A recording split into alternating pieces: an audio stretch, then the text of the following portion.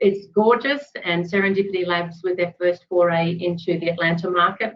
I wanted to check it out. We've got some close friends who worked at other providers beforehand, so it's like a reunion, and we're all here. It's fantastic. The views are outstanding from the 21st floor.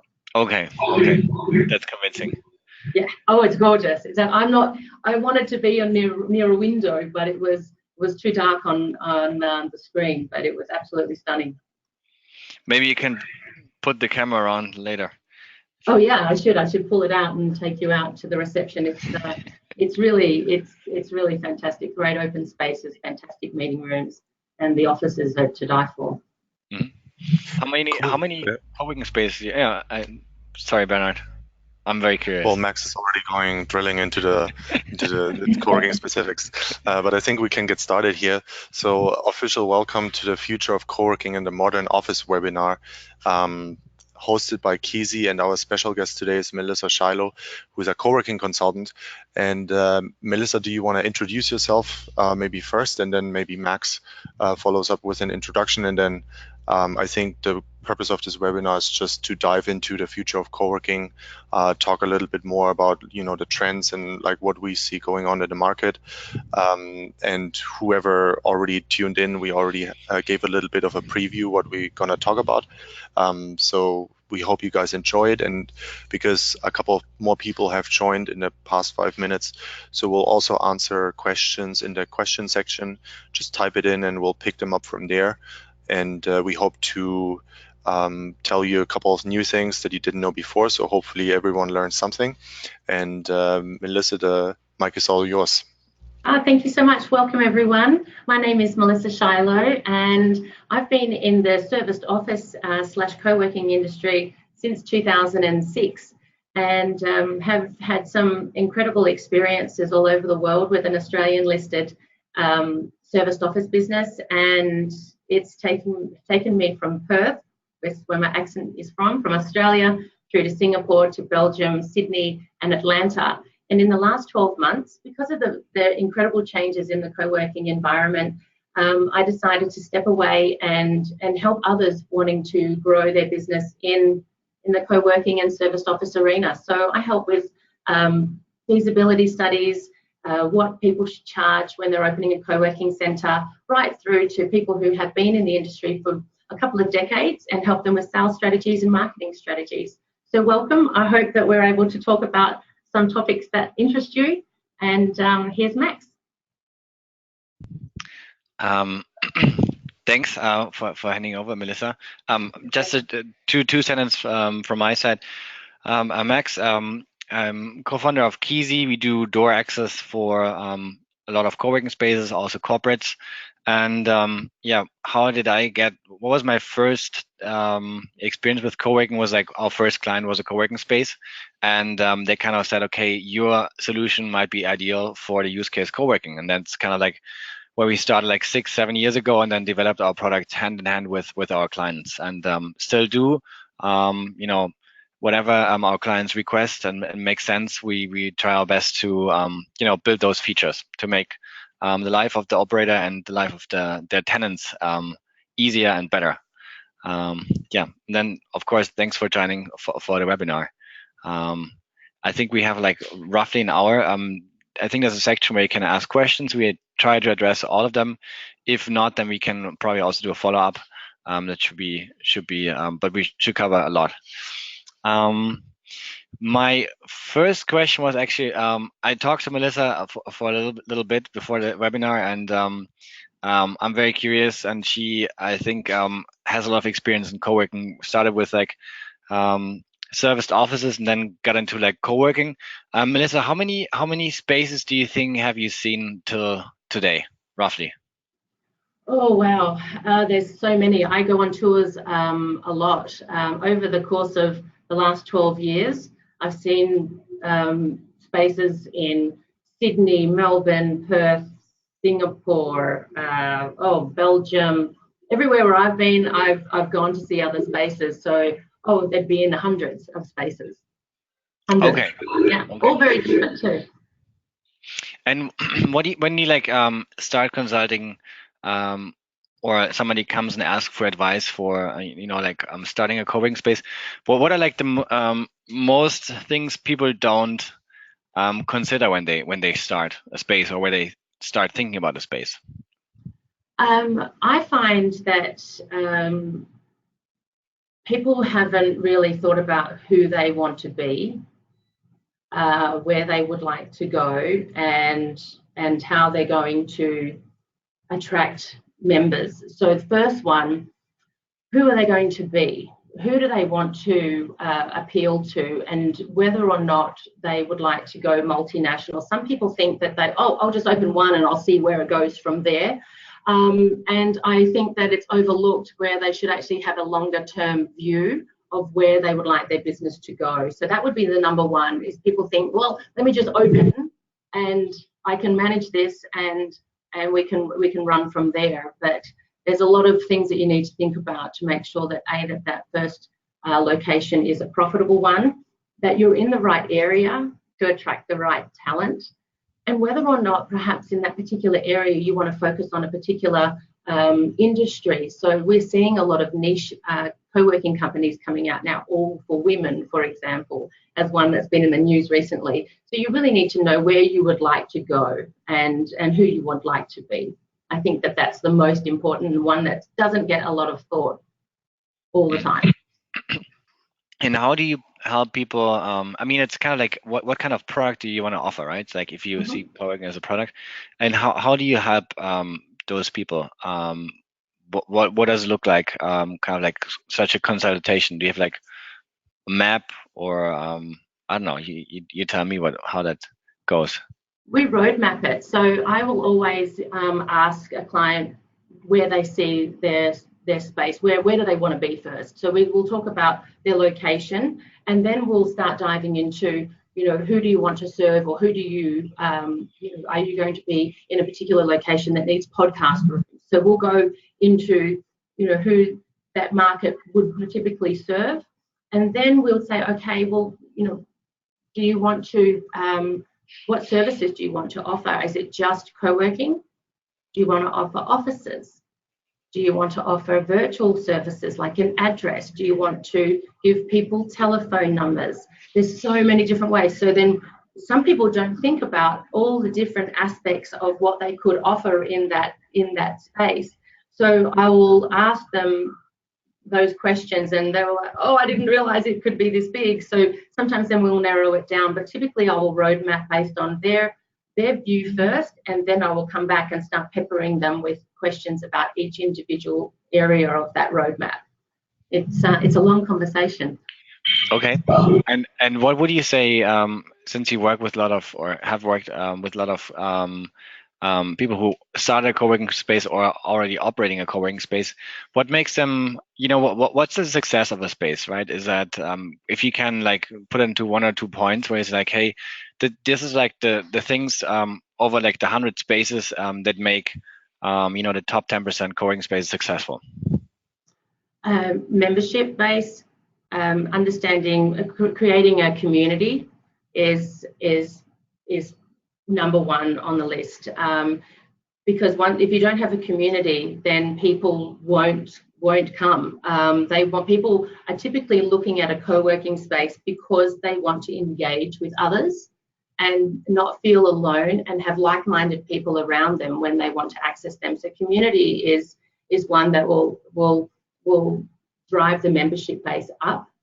Another one that it's not on the forefront, but it's on the behind, is profitability will come if you make sure that all of your numbers are in sync, so that the rent of that space is at the right rate, and the way that you fit it out is not too top heavy, because you could have a beautiful space and you could spend all this money on furniture that's coming in from Milan, but if people can't afford to be there, then that space is not going to be a profitable space. So you need to make sure that all of your numbers are in check as well. So first of all would be the numbers, and then it would be building a community, and that's how you get and attract more members to a profitable side. And then making the numbers right. I mean, one is certainly like the business plan, where you can break everything down. But where do most people get the numbers? Is that just like, their own research, or are there like resources they can, go to, for example, real estate companies or something like this, where, fast Numbers track? in terms to membership growth, or numbers? In terms of ways that like the right price for, get a feeling that's what I can maximum pay per square foot to make my business model work and all that stuff. I mean, I think like once you have your first or like couple of spaces, then you have a good feeling also for the market. But I think especially when you start out, to get this feeling might be like a little, overwhelming, or there's like, where do people start to get like certain reference points? Oh, there isn't a lot of information out there actually about what sort of percentages that you should dedicate to your co-working center. I mean, there are percentages you should say if you wanted to be a flexible workspace operator, which would include a serviced office component, a co-working component, and perhaps a virtual component. You have a better chance of making a profitable center because you'll dedicate certain parts of that floor plate to those areas. So when you talk about office space, if I was going into a co-working space, I always ask my clients, how much do you want to dedicate it to the offices? Because when you get monthly rental and the numbers are higher than a co-working desk, and you don't have to have a whole floor of offices, but just having office space that is available for 1, 2 people, 4 people, and maybe 6, 10 people, you will have a good base for your rent to be paid. And then because the co-working memberships are month to month and can come and go. So if you have a good portion of your space dedicated to offices, that will set you on a good way to a profitable centre. But there isn't really a dead hard and fast way of, or these are the numbers that you've got to stick by. Because I even get challenged by designers by saying, well, you've got too many offices in this particular space. But there will always be a reason why, based on location of that space and who the competition is. So there's conjecture when it comes to the way that I would set out a co-working space to the way people would only just want co-working to be the front runner. When it's just co-working, you have to be very careful about your rent per square foot and then what you charge, because it is a very transient membership base. But offices tend to stay for 6 months, 12 months, and you don't really have to worry about that moving too much. So I would start there. What would be like a good fluctuation rate for a co-working space in terms of memberships coming and going per month? What would you say percentage-wise? You should work on a churn rate. Depends. Some companies will have a minimum. Might decide that each member has to stay for a minimum of 2 months. But if you're touching that client all the way through their first initial 2 months, you have a better chance of keeping them in, retaining them for longer term. But people will come and go, so you should work. I tend to work on about a 33 to 40% churn rate on a monthly basis. Monthly, okay. Interesting. It can be higher. It just depends, but it depends on whether or not you keep them initially for a 3-month or a 2-month period before they can even have the opportunity to give you a month's notice to leave. Okay. Yeah. That can also be, I mean, contracts can help you, right? That you can say like you have at least to stay 2 months to help you like keep those people. And I recommend that actually, because some people might start in the middle of a month, and it just, by the time 2 months passes, you have a pretty good feeling on whether or not that's the right environment for you. So I think that's a really great way of having the opportunity to touch that person when they come into the space, understand who they are, what they do, and how you can help them. And that helps them navigate their membership, introduce them to others. I don't think 30 days is enough time, especially if that person only comes in, maybe 8 times. How many times would you actually touch that person 8 times over that course of that 30-day period, or 20 days if you're not open on the weekends? So I think that having 2 months really gives you that opportunity to integrate those people into your community. Okay. And then talking about community churn rate, what kind of tools and technology would you say are absolutely necessary for a co-working space? Of course, you don't have like the funds or like the resource at the very beginning to implement everything. It also takes time to make it work. But what would you say are like the top 5 things you need to focus on especially at the beginning? Number 1 is technology, bandwidth. You absolutely need to make sure, even if you start with nothing else, your bandwidth needs to make sure that it can hold up the amount of desks that you have in your co-working space. 10 years ago, when I was in the serviced office industry, we led with technology, and everyone was like, we don't care about the technology, as long as I've got an internet connection, I'll be okay. But you'll find now that technology is the front runner. You must have the right technology to be able to start, because if you're not online, you're not in business. So that's the first one.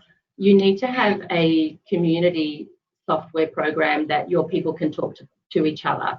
Even if you were to start with a generic off-the-shelf app like Slack, for example, to talk to your community at large, and to have a forum where people can ask questions or get to know each other. I think that's really important to have, that people can connect with each other, because that's why they're there. They want to have a greater a union with people, because otherwise they'd be working from home and sitting on their own and talking to their dog. So you want to have a community platform. You need to have an invoicing system. So you can get that off a QuickBooks app. You also need to, I think, have a system for bookings to make sure that you can have you can get an off-the-shelf one. But I would say that you'd need to work this out before you go into business. But even if you were to get a booking app off the internet, of a standard app, you would need one of those, because then you can start marketing your spaces on third-party websites as well, so that you can integrate your bookings and reach a broader number of people. So technology, community, invoicing, bookings app, and Excel to keep it all in check, to keep your members all in check. And or if you're not going to use a CRM, because that would be the other one, you need to have a CRM to make sure that you can you know who people are, what they're purchasing from you, and how often that you're meeting with them and putting in notes to keep those members connected to each other and to you and the business.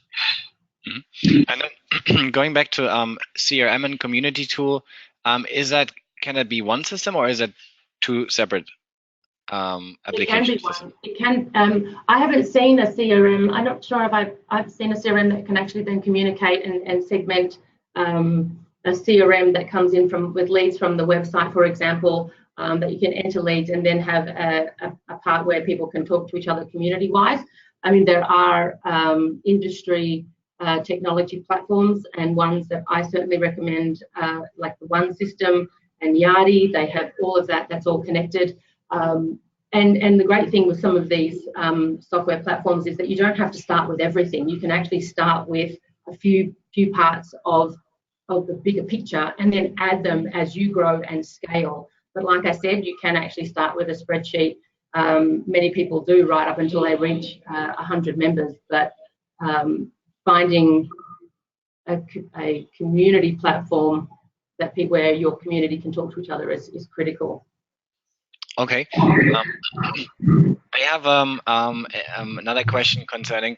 I mean, we when people ask us and say, why would I use your system for securing my space, and then we're like probably like the second tier application where you have your CRM in place, and we kind of like connect your billing with Access, and kind of like instead of like using the Excel sheet to share Access or like see if somebody's still paying and still has access, you can connect that, right? And the example was like one of our first clients. They told me like 2 years afterwards they implemented Kisi that they doubled their revenue by connecting the CRM with app access control, because non-paying members used to still have access and they were just not paying.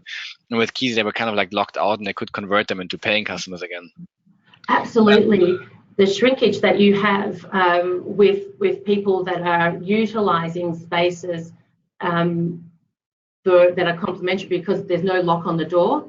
The shrinkage and the revenue leakage that you have from those open access environments is huge. So having a system that can close and open when somebody has booked it and paid for it will send your revenue sky high. It's the best. We call it shrinkage and revenue leakage. Leakage, yeah. And I think one of our clients said the conference rooms. So usually you secure your space like exterior doors, and then the conference room doors, and they call them money doors. I was like, oh, I like sense. it. Yeah. I like it. But going back to my question, so let's say these are like all connections and technologies which take like a lot of work off your plate, right? Instead of like going through the spreadsheets and like doing like accounting manually, you have like all these applications that help you. The time you kind of like free with like introducing more automations for your space, where should you invest that more into, like community building or? Oh no, look, I think it's you need to. It depends on how many team members you have, and that will also come into play with whether or not you can afford it based on your fit out and your projections. If you want them to maximize your time to build a community, you should absolutely have everything automated. At the end of the month, when you are closing your accounts, if you are doing that manually, you can basically wipe off a good 7 business days in order to do that. If you have 100 members, doing that on a manual basis will actually take you away from your business, and you'll be working in the business and not on the business. I think it's actually more critical because then you've got more time to spend building that community. Doing them manually and trying to build a community at the same time, and you're a one-man show, for example, is almost impossible. Yeah. Definitely makes sense. I had like one question which came up when we talked earlier, for negotiating leases, right? I think this is kind of like one of the since you said like the lease is like it's like the biggest chunk of your cost of operating a co-working space.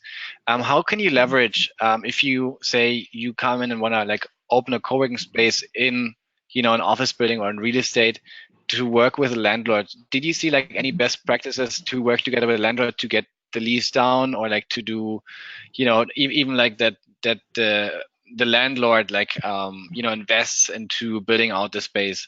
Maybe you can say a couple of sentences about that, how you can leverage that.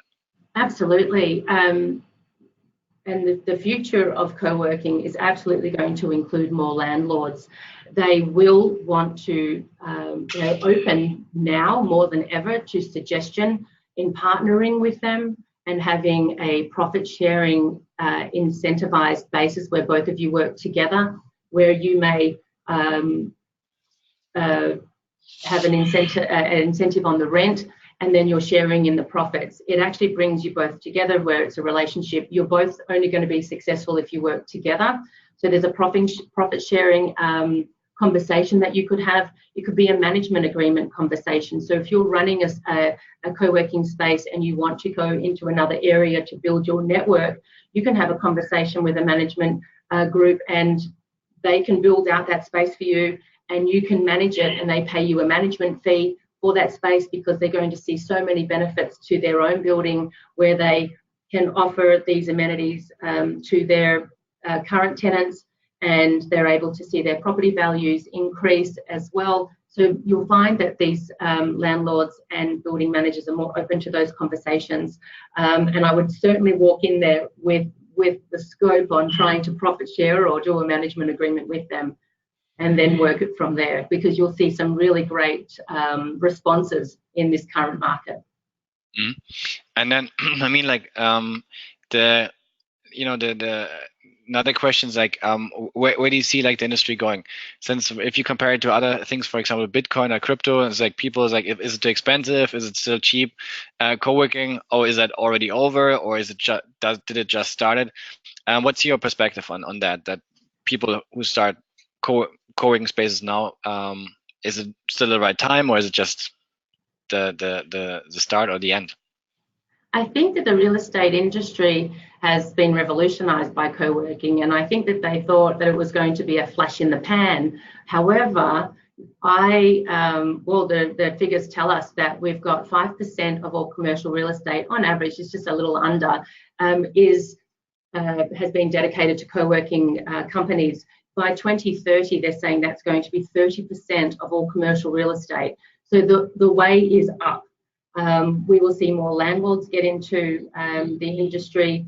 We will see more building owners get into the industry, and we'll see what we call in the industry more flexible workspace, where it's going to be hybrids between, they'll have offices, they'll have co-working parts, and then they'll have managed services where landlords will be able to, or will fit out spaces, maybe perhaps of between sort of 5,000 square feet or less, dedicated to a particular company that has all of those, that amenity-rich environment. So they'll have multiple spaces for those employees of that company to go and work in. We'll see more managed spaces come onto the market. It'll be at a premium rent per square foot, but that's what we'll start to see the industry going. And look, there's 3 co-working centres opening every day as we speak. 3 just opened.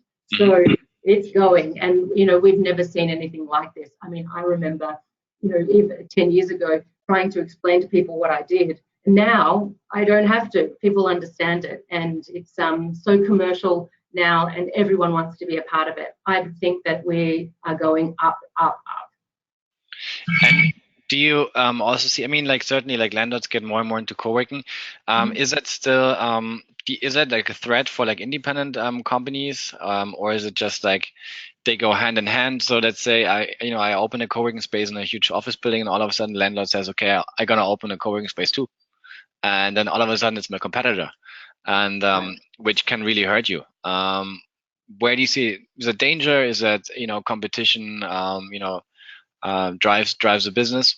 How can you protect yourself? Look, when we first got on the call, we talked about who do you want to be and where do you want to play. If you're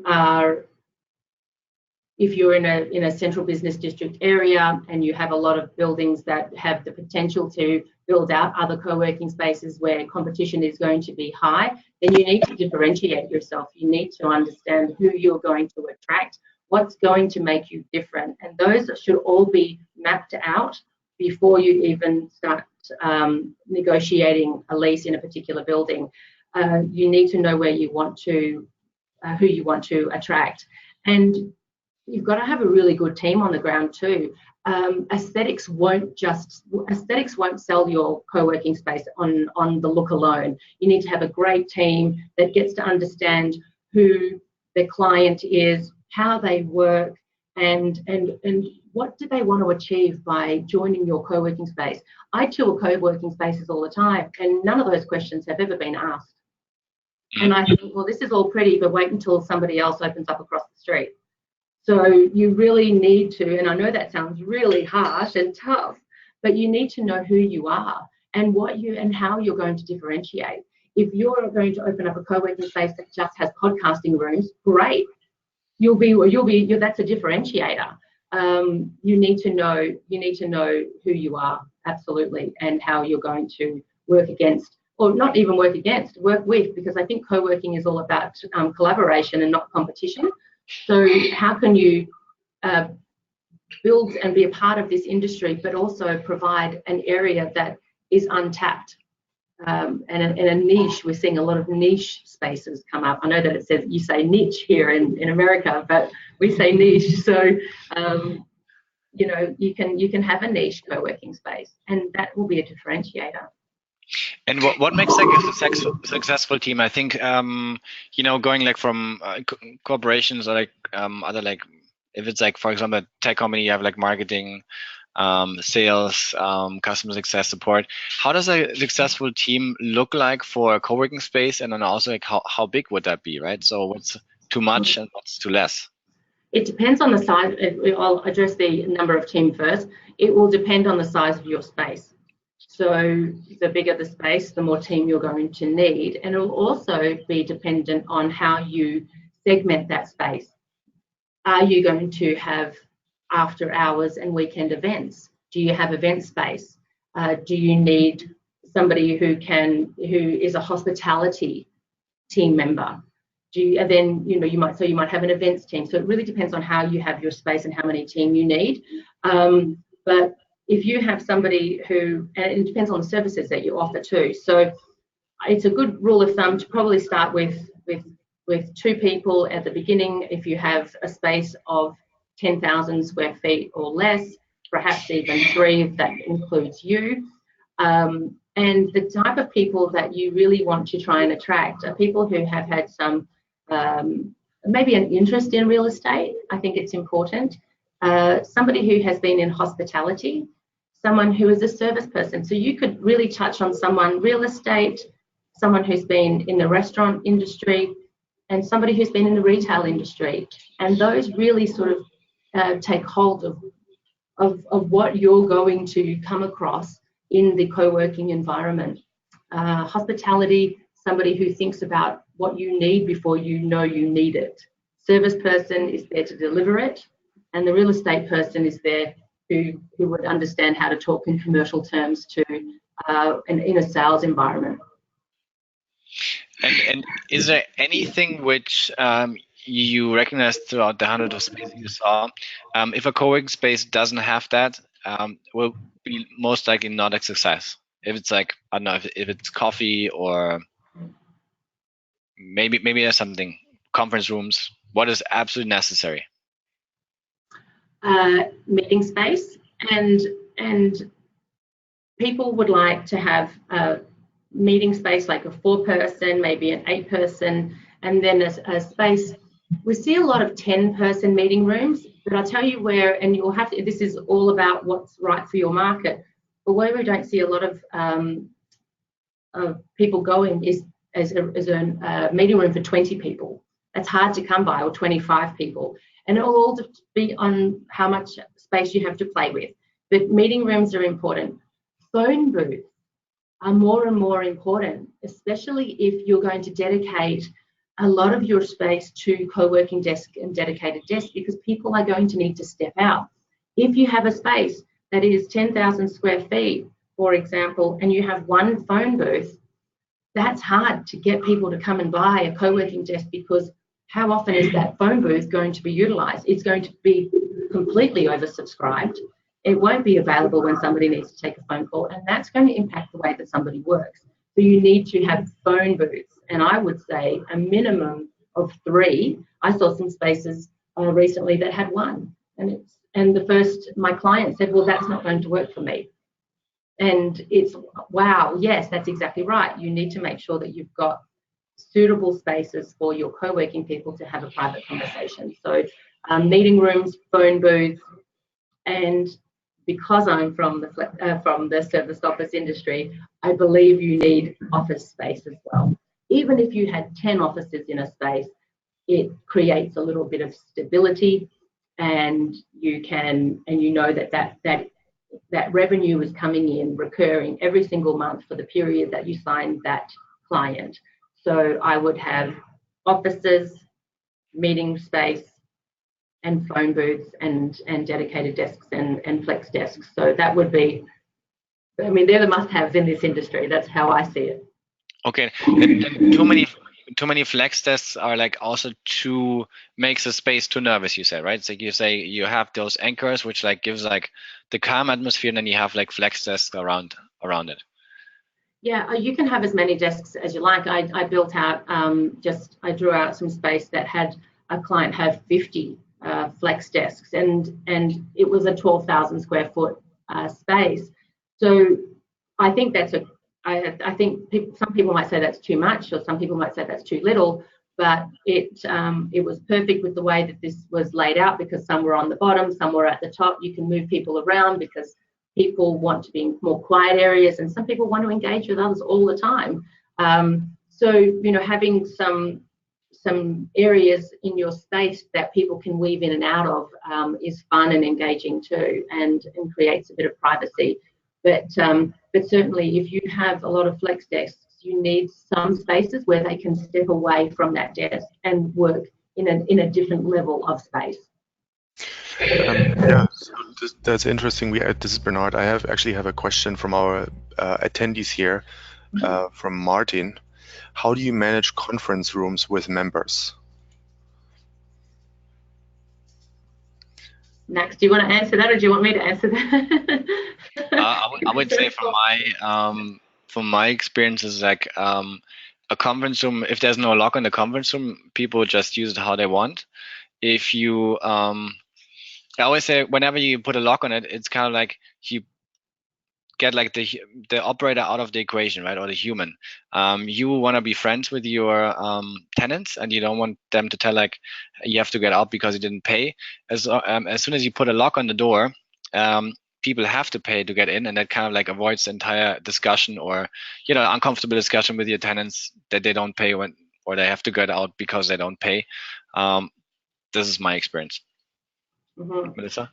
In bigger spaces, so what's come up in the last couple of years is that people would like to have the ability to have a flexible desk, but they do want a meeting from time to time. And co-working should be something that's relatively accessible to the masses in terms of cost. So how do you help that person still activate their business and their business duties, so to speak, and have a meeting?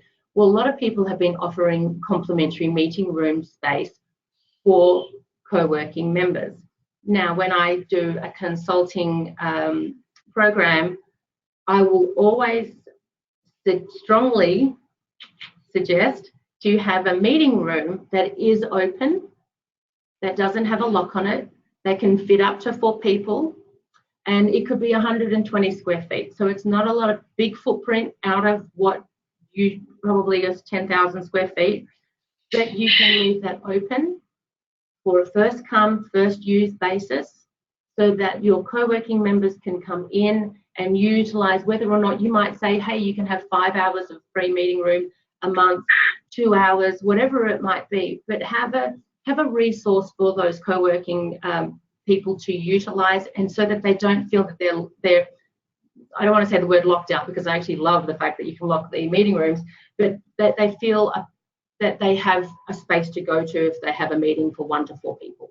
But it's on a first come, first serve basis. How do you avoid campers? Campers? Yeah, they come early. Big alarms that go off after every 15 minutes. No, I'm joking. Well, look, I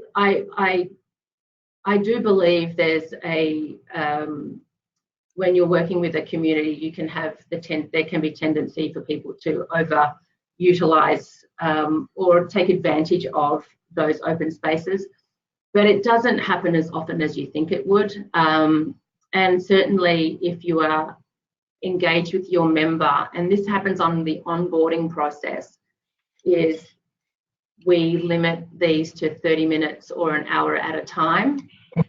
As you can appreciate, we want everyone to be able to utilize this.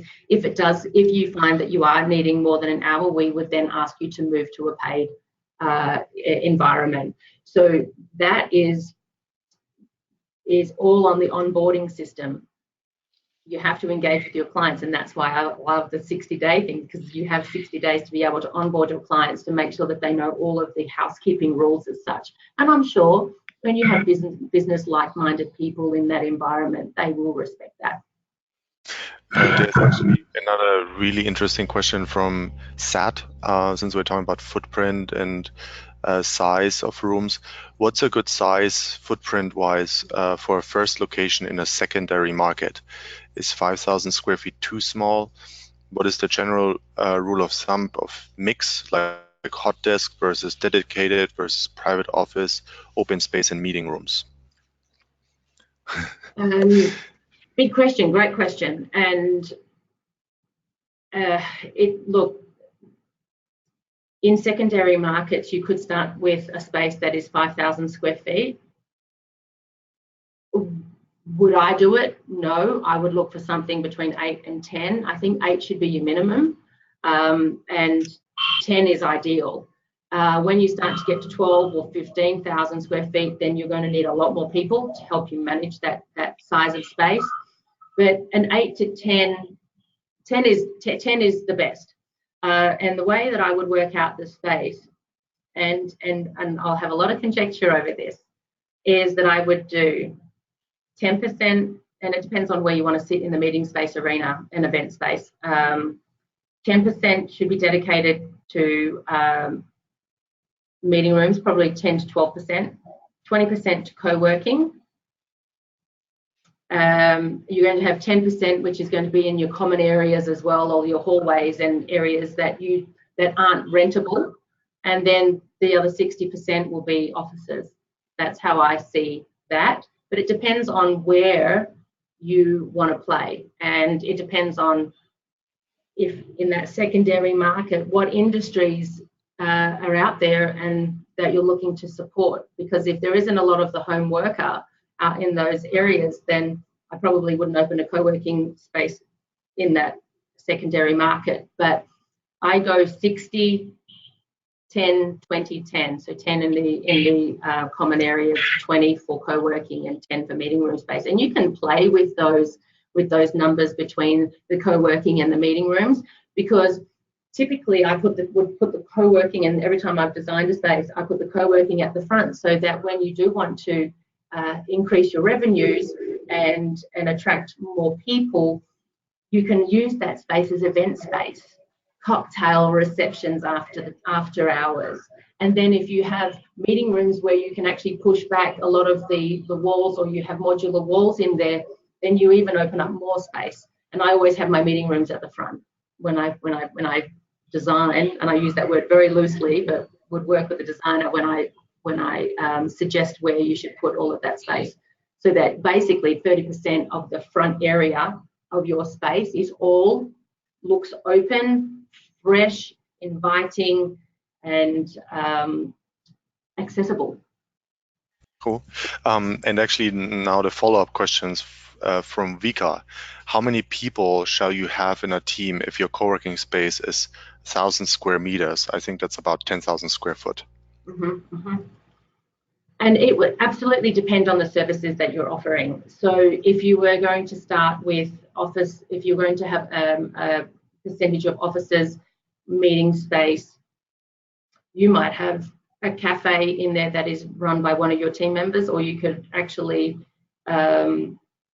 have somebody come in and do that for you separately. So it depends on what services you're going to do. But if you're going to have offices, you're going to have a virtual component which would allow people to utilize your address and come in and use meeting rooms, then I think you need to start with a minimum of 3 people, because you'll need somebody to answer the phone for inquiries so that you can sell your space.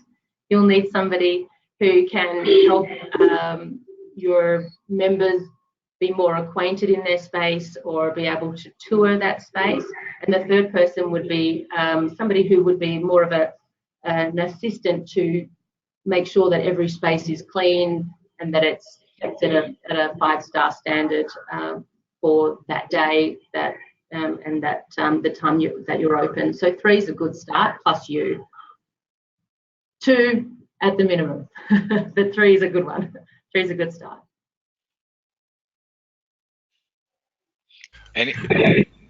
Yeah, there's just more questions coming. I mean, we can keep going like this. It's like everyone, oh yeah, great. This is awesome advice.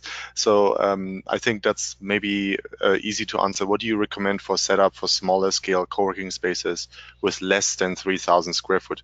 Would you say just don't do it, or would you say just one person, or like? Oh, under 3,000 square feet, it would depend on, again, and this is all sort of market reactive. For 3,000 square feet, I would typically do, I would see that as more an event space. So I would focus on co-working desks, dedicated desks, because you'll get that the people that are there all the time who will then use the meeting rooms. I would build it out as meeting rooms and co-working desks and use it as an after-hours event space. That's how I would utilize 3,000 square feet.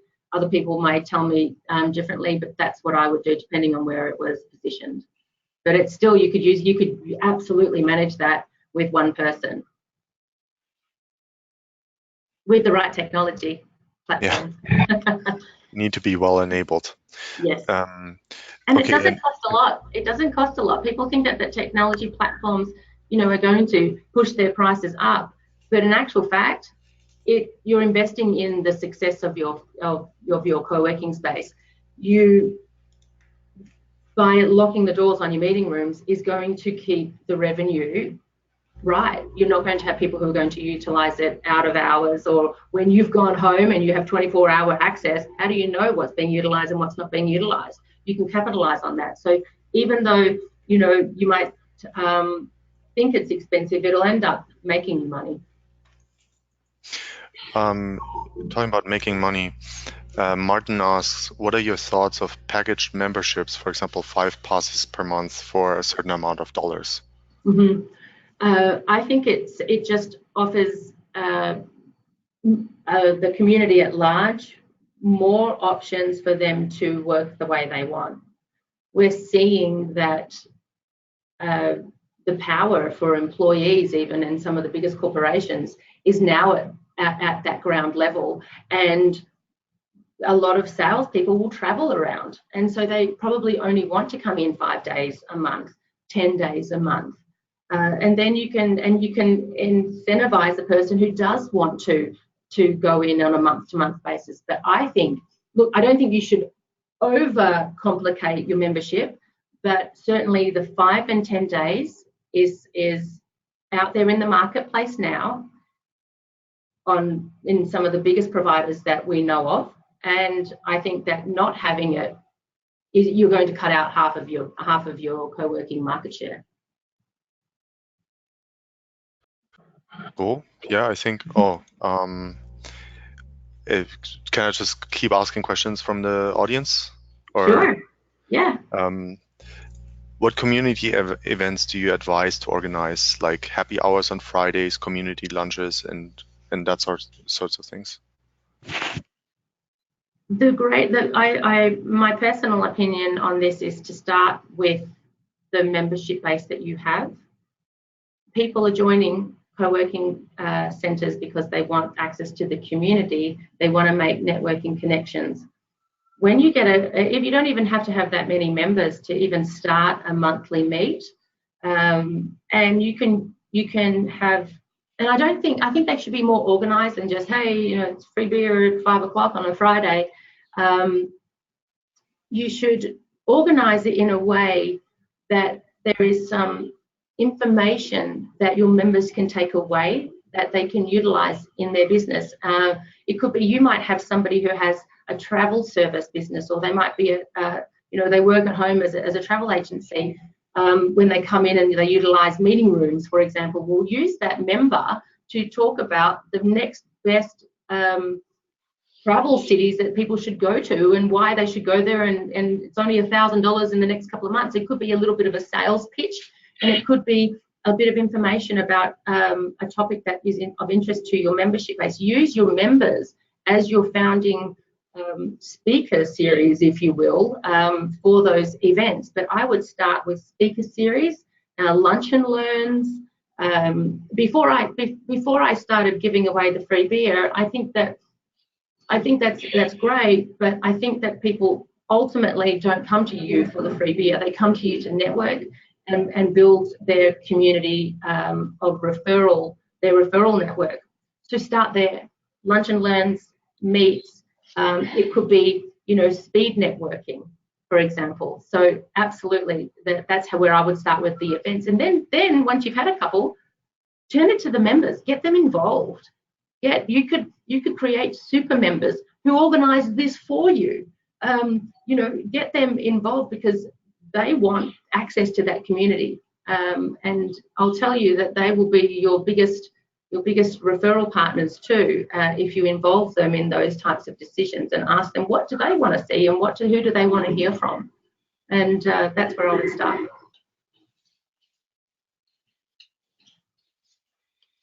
I actually have a follow-up question. I think like one of the biggest concerns when you like start a co-working space is like how do you the ramp up, right? How fast can you fill up your space? What are like those events you just mentioned are probably like pretty good like advertising tools, but what do you think are like really must-dos at the beginning? Also, which might like cost money, where like you said, like sometimes it's expensive, but it also brings in the money. What would you do like in the first year? What kind of events, like anchor events? I'm going to take it back 3 months before you even opened your co-working space. Mm-hmm. The way that and to get all these members in is that you should start marketing your space when you sign the lease or partner with a landlord. You should actually have your projections should be that you should open a space at 30 to 40% occupied, so that you already have membership base day one. Do not build it and think people are just going to come. It's an old adage that you say build it and they will come. It doesn't happen. You have to market it a good 3 months before you open your centre to get the best results, because you do want revenue day one, and of course you're going to be talking about it. So you should have a good community already when you start. And the events that I would have, I would print out a year's calendar, and I don't think you have to overdo it. But certainly in the first month, you should have an event every single month. And then you might have a member that joins you in January who is a tax consultant. Fantastic. Schedule them in for April, and you might have a special event on the second week of April, or even in March or February, even, because that's when you get your 1099s back, or whatever the number is. But you can start scheduling those people in, but certainly every month you should have a community meet type of an event. And then you might have a bigger event in the middle in July, and then one before everyone breaks for Christmas and before Thanksgiving. But certainly lunch and learns are the best events. You might have pitch days, and it depends on your membership base. You have a lot of entrepreneurs who are pitching for funding. You might have access to people who are from venture capitalist environments, and get them to come in and hear the pitches and then give feedback. So there's a lot of different ways that you can engage with that community and host events. It doesn't always have to focus around the free beer, but bring cupcakes in every now and then. That always works. Cool. Yeah. I think it's going in the direction of revenue and break even and how do we make money. So just want to let the audience know we'll have a bunch more webinars coming up in the near future. Also, I think including Melissa, and that will be centered around revenue. So we'll talk more about finances and everything like that in more detail. We at Kisi, we also have a revenue guide for co-working coming up. So keep your eyes on the lookout for that. And then 2 other webinars we'll have is one with Woon, the co-working space management software, and another one with Optics. So that will be a little bit more technology in there. But I think today we covered a lot of topics, and hopefully a lot of it is on that slide here. Like a lot of the answers were in the webinar. And if any one of the participants has any questions, I think Melissa agreed that she would get on a phone for, I don't want to say free, but for giving a couple of helpful minutes of advice. So just feel free, reach out to her. Her email is melissa@workspaceconcierge.com. Or if you have any questions about Kisi, just feel free to ping Max directly. Yeah, and I think that was really awesome. We have only thanks guys, cool thanks messages in our questions at the moment. So if there's any other things that you guys want to add, then now is the time. Otherwise, we'll close at I think 3 p.m. Eastern. in a couple minutes. Anyone can reach out to me. I welcome any questions. My responses aren't always what everyone wants to hear, but I'll always let you know how to maximize your space and get the best revenues from it. But any questions, please, by all means, I would love to help. I'm here to be a resource to the industry, so it'd be my absolute pleasure to converse with you. I think same from my side. Unfortunately, we couldn't cover all the questions. I also still have a list of questions. For example, how do you choose the right architect for your space? But thanks for listening in, for listening to our little talk, and I'm also more than happy to answer any questions. I mean, we do that for 6 years. We see a lot of best practices, and I think that's kind of a good indicator, we try to help our clients, since we do a lot of doors and they come, they want to do 15 doors. It's okay, start with 2 doors. Also